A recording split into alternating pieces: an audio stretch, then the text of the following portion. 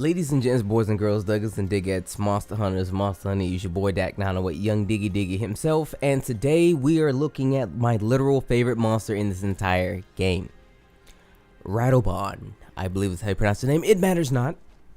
Everyone knows my favorite monster of all time is the Urigan. And when I learned that my man Urigan was getting like a new, not even a subspecies, but like a different species, like a cousin, if you will, kind of like Plesioth and Lavisoth, when I knew he was getting like one of them, I was super hyped, and I could not wait to actually fight my man.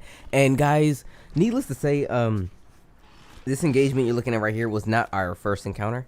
Our first encounter is lost to history because it was a very, very beautiful thing. Like it was insane. Like I forgot to record. I was so excited to fight him, and not only did I forget to record, I forgot to record on both accounts. So yes, the PlayStation 4 and the Xbox One account, I forgot to record both times because as soon as I seen him on the Xbox, I was like, I gotta make the armor on the PlayStation. So I just ran up and just made the armor on the PlayStation account, and I was like, oh wait, I gotta make a video. And I was like, so I made the video. So here we are today. But yo, I'm gonna call him Baan.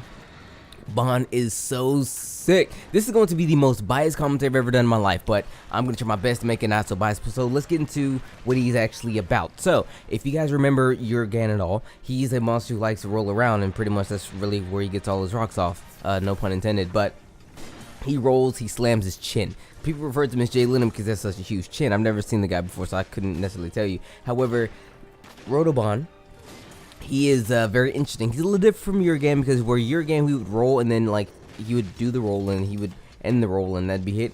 Baan, he can actually roll and then change direction. So he'll roll in one direction, stop, turn around, and come back the same way he came, or he'll turn and go to a different direction or whatever. Now, as cool as it may look and as awesome as it was when I first saw it, the way in which you can actually deter him from doing this is if you were to shoot him with your slinger shot or just hit him in general. Pretty much like knock him off of his balance. He does have a particular rolling attack where he will roll around for a great distance and then he will actually fall over and then he will try to recover himself and to continue roll again. Now obviously if you see him trying to recover, if you interrupt that recovery by throwing another slinger shot or even hitting him, he will fall over and you'll get lots of free hits. Now another thing you'll really notice when you come to fighting this guy is that his parts break a lot. Why do they break a lot? Because they can come back. Now normally a monster who has lots of parts, they usually are able to come back, and that is also the case here. There's another monster like this that I will not mention because, well, I mean I can mention. He's Nergante. He's a flagship. He's on the cover of the game that you bought when you purchased it. His parts fall off and come back all the time. So if you see someone broke like 30 parts from him, he wasn't doing nothing. I mean, the parts fall off and come back. So same with Baan. All his parts can come off, then he can just dig in some bone stuff and just get all his parts back. But it's cool nonetheless to see all the parts fly off and everything like that because his body, like his actual body, is just like mostly just tar. And the Urigan was kind of like that. If you looked inside the Urigan's in between the rocks on his back, you can kind of see where it was like black, like the tar was actually keeping the rocks held together. But those rocks don't actually fall off. Now, with that being said, he does have another attack I should totally note you guys about, where in which he'll get his Beyblade on. That's right, his Beyblade. He will like spin sideways. Like it's super freaking cool. Like it's not like super often he does the attack, but it is pretty cool nonetheless. When you see it, he'll spin along his side and he'll use that as a means to attack you. And he does change direction with this attack as well, so he'll be literally like a Beyblade, so he'll be getting it in. So truth be told, I mean, like that's pretty much what he has. Oh wait, forgot, he has sleep. He has a sleep gas. Similar to his cousin Urigan, he will produce the sleep gas from his underbelly. That's actually where the element, or ailment if you will, or status, whatever you want to call it, from his weapons actually come from, because his weapons are actually sleep weapons. I feel as if they kind of made this monster for me. Dead serious, because he's everything I wanted in Urigan and everything new that I would have liked the Urigan to actually have. Like, there's so many cool things about him. I can go on and on and on, but we have to get to his armor. And, yeah, so let's get to his armor. Okay, so his armor, needless to say, especially in not high rank, low rank, isn't like the greatest, but here we go. We are topped off with sleep resistance. The same stuff we've seen many times before. Your duration gets decreased by 30% right off the rip. We all know this, and eventually gets negated.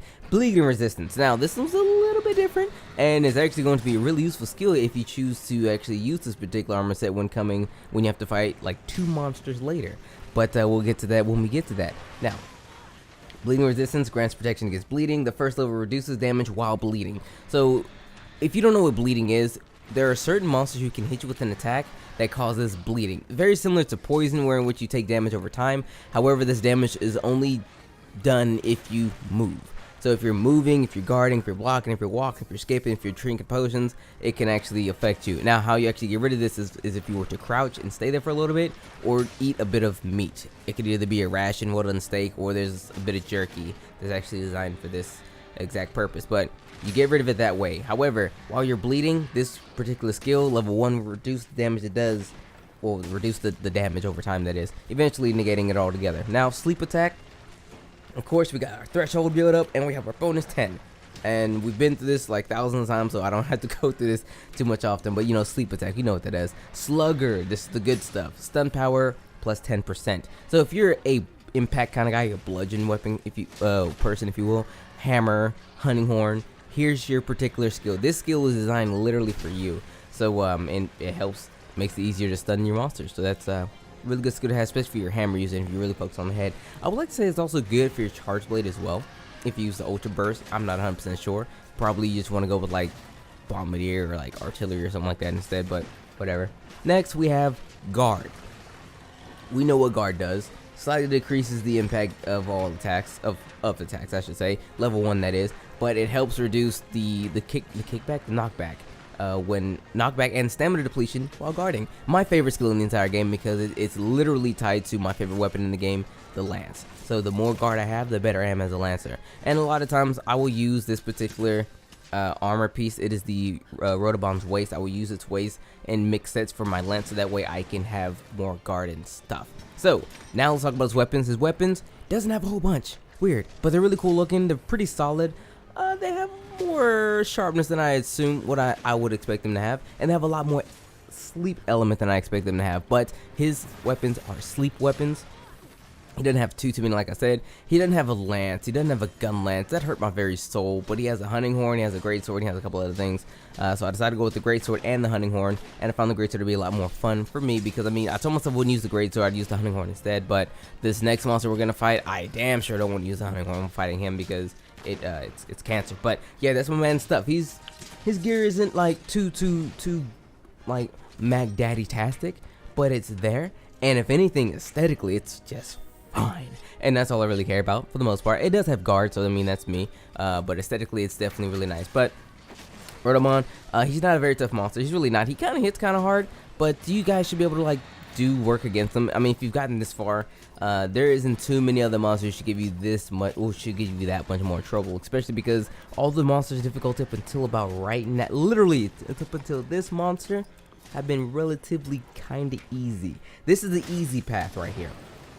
A lot of these monsters are easy, with, honestly, I still want to say Andrew probably being the hardest out of all the monsters we fought already so far, but it's designed that way so that way you can actually get good, and it's all through repetition. The more monsters you fight, the different fight styles you have, the different fighting styles you have to employ when fighting these monsters, the greater your skill gets as a hunter. So that way, when they literally prepare for the literal next monster after this guy, you can be like, wow, that was all practice. This is the real, and it does get kind of real from here on out, but that's that. Anyway, guys, this has been your boy Dak908, aka the Dig Dugum. So it's pretty much that is not all I have to say about Bond, but that's all I'm willing to say about Bond, while giving you guys the necessary things that you need to know when it comes to fighting my man right here.